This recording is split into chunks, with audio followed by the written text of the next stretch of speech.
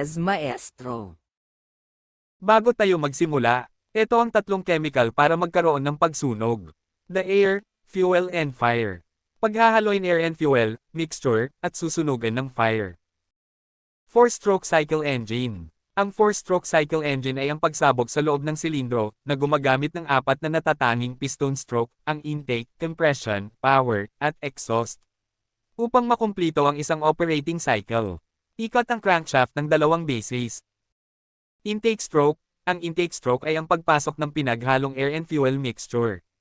Bubukas ang intake valve. Dadaan ito sa intake valve at papasok sa loob ng silindro. Ang galaw naman ng piston ay pababa at tumutulong din ito sa pagpasok ng mixture sa pamamagitan ng vacuum. Compression stroke. Ang compression stroke naman ay ang pagko-compress ng air and fuel mixture sa loob ng silindro. Sarado ang dalawang valve para hindi makalabas ang mixture. Ang galaw ng piston ay pataas. Power or combustion stroke. Ang power stroke naman ay ang pagsusunog ng air and fuel mixture sa pamamagitan ng pagbibigay ng current ng spark plug. Bago matapos ang compression stroke, magbibigay ng current o spark ang spark plug, at dito masusunog at sasabog na ang mixture. Dito na rin aandar ang makina. Itutulak ng pagsabog ang piston pababa at dito na nagkakaroon ng puwersa ang makina dahil sa pagsabog. Sarado ang dalawang valve.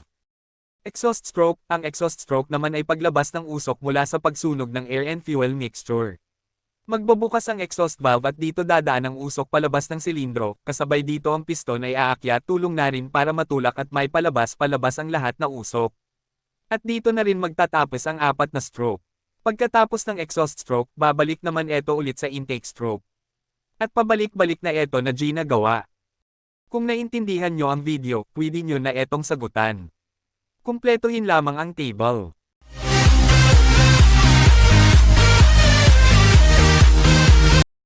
Yes, maestro.